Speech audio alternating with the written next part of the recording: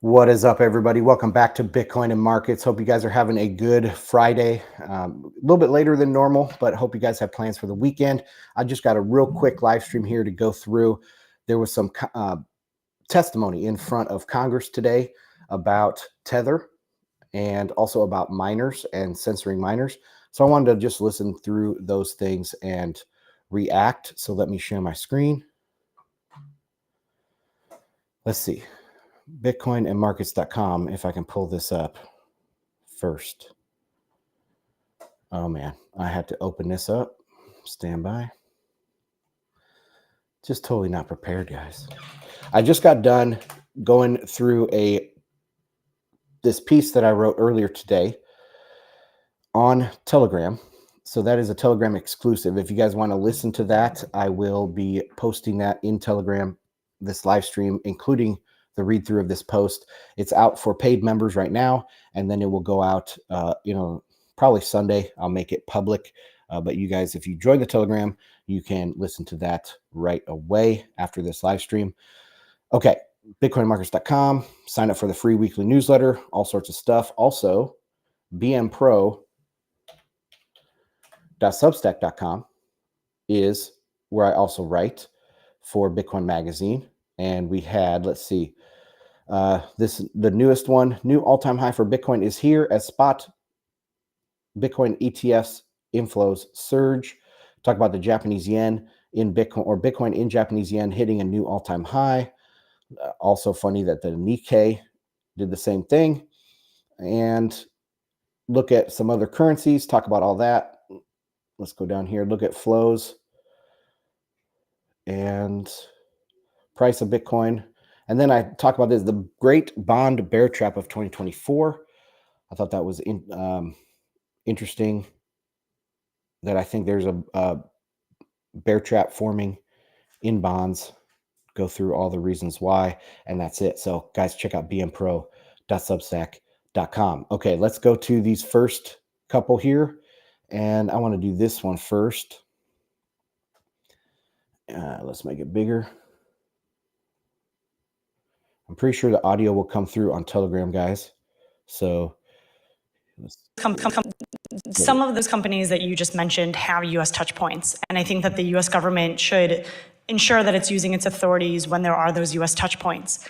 If Treasury feels like it doesn't have the authorities, I know that it sent a number of proposals to Congress late last year around expanding their authorities to cover some of those activities. I personally believe... Okay, they're talking about stable coins, U.S. dollar stable coins, and just the fact that they're using U.S. dollars supposedly gives them the authority to go in and crack down. Tether's been fighting this fight for a long time. She is a representative of Circle. The other guy we'll hear in a minute is a representative of Coinbase. I truly believe that Circle has been behind all of the Tether FUD, or at least a majority of it, for a long time. And this is just confirming that to me, or at least providing more supporting evidence for that theory, that it is Circle that is trying to take on Tether. You know, for a long time, Tether didn't get a real audit, and everybody was like, why aren't they getting a real audit? This is crazy. They're hiding something. Of course, then Circle would propagate FUD that it's because they're not fully backed and all this. But no, it's obviously because they wanted to remain or shield those banks doing business with them, because those banks would just get a cease and desist letter or something from the New York DFS or from the Treasury Department. And so they wanted to shield that. Well, after years go by, they win their court cases. Everything is looking on the up and up. They're, winning the stablecoin battles. They release their banking information, or at least some of it. And now they're attacking the bank, just like they would have done years ago, right? It's crazy what's going on. But anyway, that's what this whole testimony right here is about.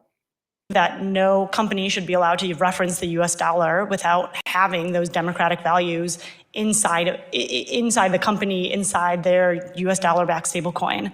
And so I think if Treasury thinks that it needs additional authorities to go over that, then I think this committee should consider that. Okay, so they're asking Congress for additional authority for the Treasury to go after them. which won't happen. I mean, that's my reaction to most of this is it's not going to happen. But yeah, it's just slimy, dude. Our democratic values. What That's the common trope that you hear out there all the time. Our democracy, dangerous to our democracy, our democratic values, and yada yada.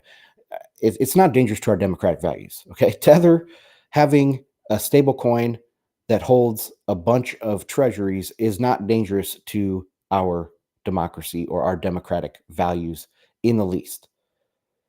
They are open and honest. They will freeze accounts, all that stuff.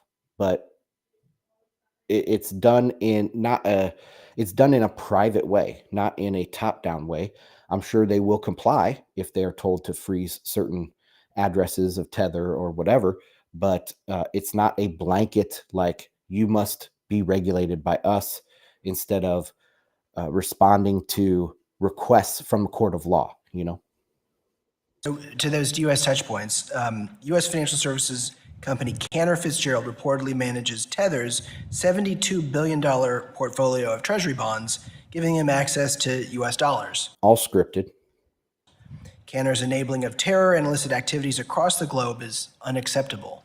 Ms. Hill, given Tether's nexus to the U.S. financial system through Cantor Fitzgerald, does Treasury already have the authority to take action?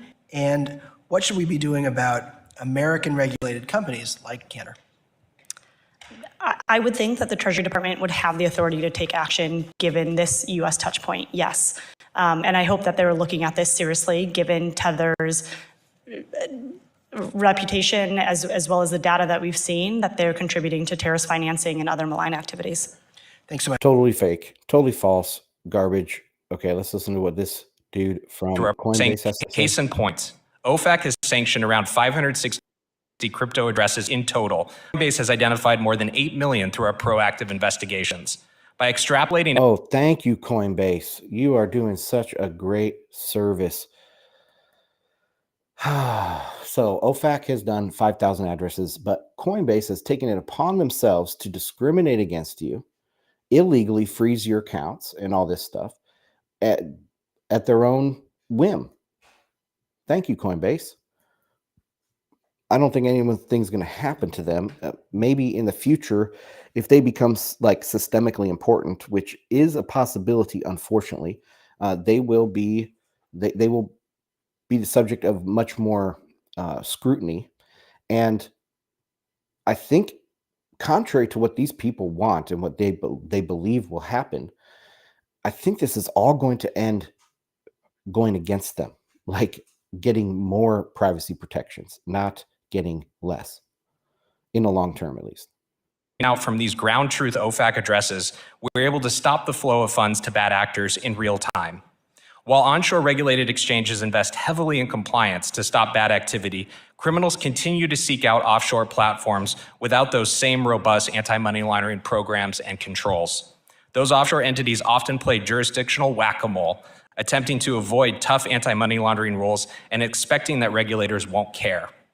The US government should use all of its existing tools to go after these platforms. Many recent enforcement... All their existing tools, so they don't need any more powers to the Treasury, any of that stuff. Let's just use their existing tools. And I kind of agree with that in a way. Okay, I heavily onto the side where fewer regulations is more efficient, but I do agree with like police work. Okay, let's get back to the time where you actually had to do an investigation, go to a court of law, and try to prove your case instead of let's just freeze stuff willy-nilly, no due process. I mean, the amount of due process would be like, here, judge, you're a politically biased judge, and this guy is a MAGA guy, and he has been doing some Bitcoin transactions. You need to put his address onto the OFAC list, or whatever the case is.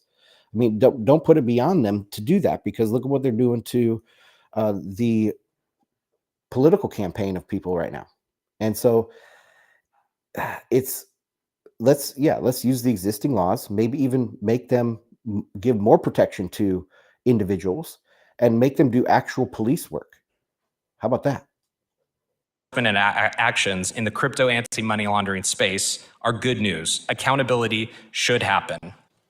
The technology behind smart contracts also allows for the freezing of assets without delay on chain, beyond the ability of traditional financial institutions with fiat.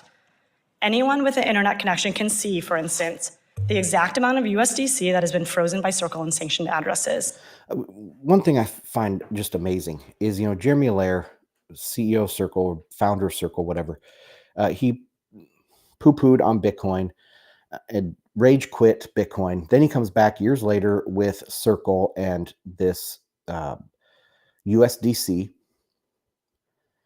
And this whole time, like, obviously he's trying to create a product he think will be successful.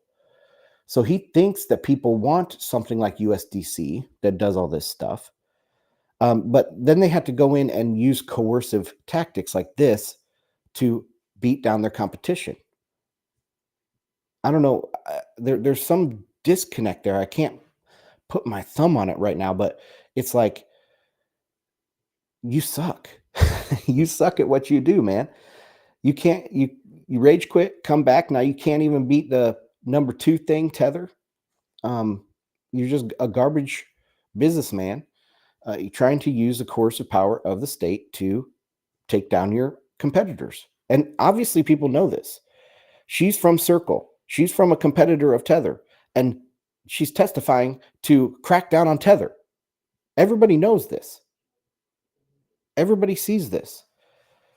And it's kind of it's almost a left-right divide, right? Because the left would be the administration and the globalist type of powers that they're trying to use in all of these financial things, like the truckers freezing their accounts, capital controls in Europe, obviously capital controls in China and stuff. That's a very communist and Marxist leaning left position, where freedom and capitalism and innocent until proven guilty, that is more of a conservative position, right? So this is an ideological thing.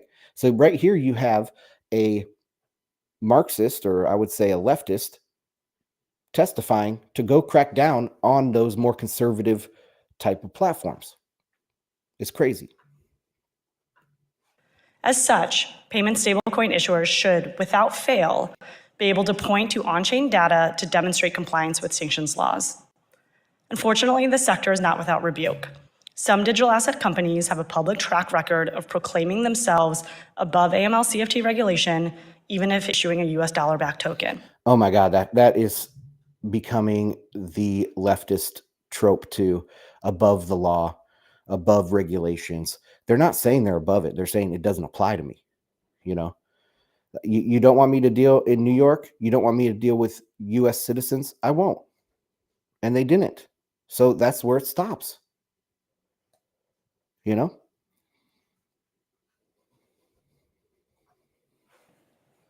why is it so important to get regulation of this sector right?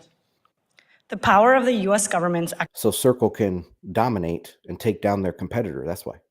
Economic tools depends on the jurisdiction that Treasury has over US financial institutions, and by proxy, the US dollar and international payment services. As a result, many strategic competitors have been motivated to find alternative payment systems so they can be out of reach of US sanctions and law enforcement.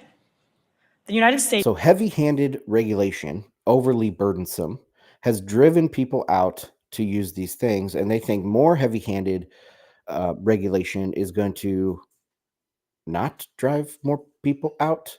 I think it's crazy too that you are not protecting the dollar. If your goal here is to protect dollar dominance, I think she says that here in a minute. Maybe we should just listen to that. But yeah, let's do that.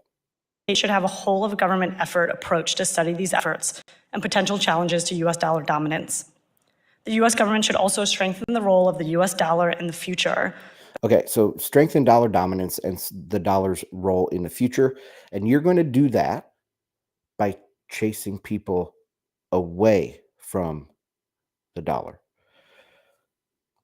When they sanctioned Russia and they stole their money, I don't know if they've actually stolen it yet or if it's just still frozen, all the reserves that they held outside of Russia.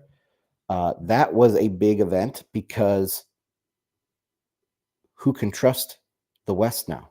Who can trust these banks? Who can trust the dollar? I mean, they have to. They kind of have to trust because it is the dollar system. And if they could use a replacement, they would. That's one of the things that's going to push them marginally into Bitcoin and into safe havens like alternatives like Bitcoin or gold. And uh, but they can't move away wholesale right now, right? Because the system is built like this. You have debt that goes back probably 5-10 years of business debt, 20 years, who knows how long. Everything's denominated in dollars. And if you default, if you're like, even if you're a company in India and you have all this dollar debt and you just say, I'm not going to pay it because I want to pay in rupees now, they're going to say, no, you owe us dollars. And they're going to default on that. Okay, what's going to happen to their credit rating? It's going to go through the floor. So you can't just default on your dollar debt. You actually have to pay it. And it's just built in and it perpetuates itself. So if you owe dollars, you're going to want to earn dollars, right? You earn dollars to pay off that debt. It's ingrained in the system. And since it's a debt-backed system, it's very hard to dislodge. One way to dislodge it is if you start coming down with all these draconian measures and you chase people away. So they're actually they're actually going to accomplish the reverse of what they think by strengthening dollar and increasing the role of the dollar in the financial system. If they just left well enough alone right now and let Tether go, it would take over a lot of marginal currencies very, very quickly. If it just got the green light, if you just gave Tether the green light, probably, I mean, it's 100 billion. It's probably bigger than most currencies out there. There's, I don't know, maybe 10 currencies that are bigger than Tether. But if you just let it go, let the leash off, give it the green light, Tether would grow to be bigger than the euro. I bet in a matter of a couple years, maybe 5 years. That would be actually ingraining the dollar and the power of the dollar and the influence of the dollar. What they're doing here is they're actually going to chase people away. All right. By supporting innovation that would make the dollar the base currency of digital assets. Regulated US dollar denominated stablecoins import compliance and the rule of law to the digital asset space. So it is important to ensure that all US dollar-backed stablecoins have compliant BSA programs and adhere to OFAC sanctions. US Touchpoint should also be responsible when they are facilitating the existence of these non-compliant tokens. Furthermore, continued domestic enforcement of existing regulations is critical. Recent actions by the US government have demonstrated that digital assets companies are not out of reach. All right. Blah, blah, blah. Let's go on to this one now. This girl was talking about miners. So in the DeFi report that you mentioned, we highlighted lots of different types of technical features and compliance controls that can be built in at different layers of the ecosystem. That could focus, for example, at the network layer, where miners... Okay, some people were talking about she had a Freudian slip there, and she's talking about forking Bitcoin. I don't know if that's the case, but it's just a very presumptuous. Let's go back and listen to that Freudian slip again. So in the DeFi report that you mentioned, we highlighted lots of different types of technical features and compliance controls that can be built in at different layers of the ecosystem. That could focus, for example, at the network layer where miners exist. A good place to start might be something like sanctions. OFAC has already stated in their compliance guidance that miners may already have sanction screening obligations. So a good place to start right now before imposing new AML obligations on miners or those who exist at the network layer could be to enforce the existing obligations when they validate transfers going to sanctioned actors like Lazarus Group. Okay, so that's this last part. See if you guys pick up on this. The last 10 seconds. See if she completely undermines her own argument. or those who exist at the network layer could be to enforce the existing obligations when they validate transfers going to sanctioned actors like Lazarus. Okay. Validate transactions. Miners do not validate transactions. Nodes validate transactions. Miners can put whatever transactions they want to in the block. Nodes will not accept it.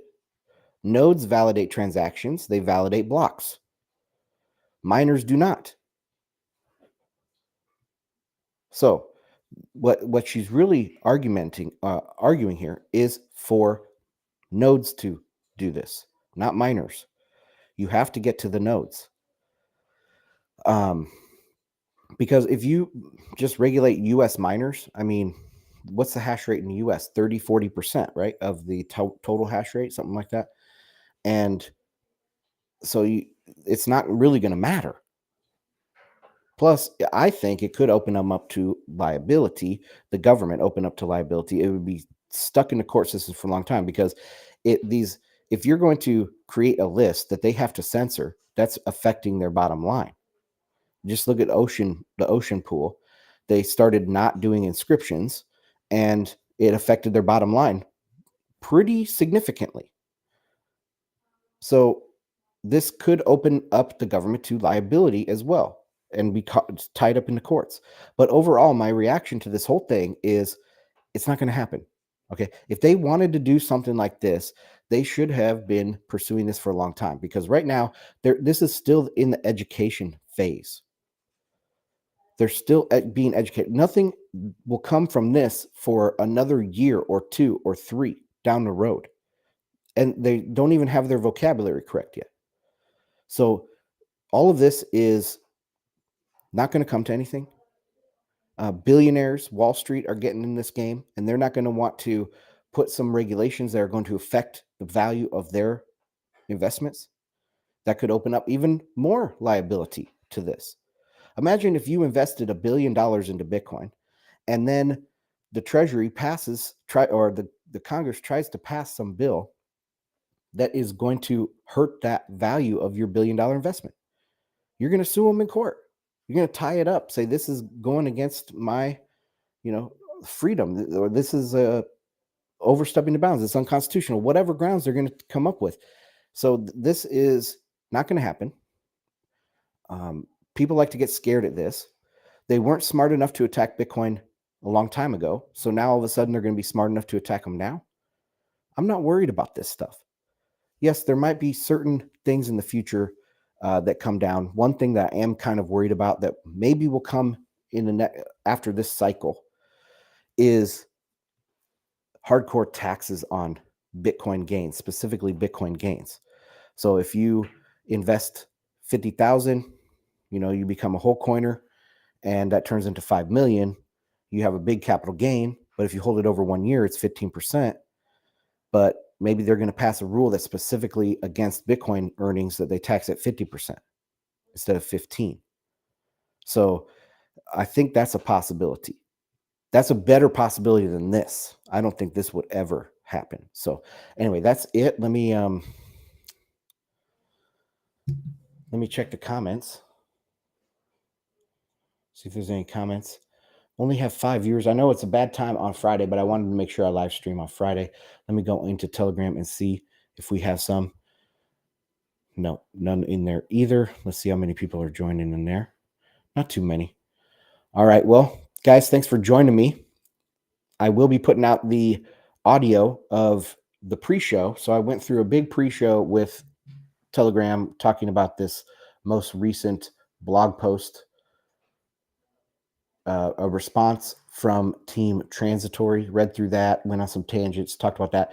That audio will be out in Telegram, and then I'll put it on the podcast feed here fairly soon. But anyway, guys, thanks for joining me. Have a great weekend, and I'll see you on the next one. Bye.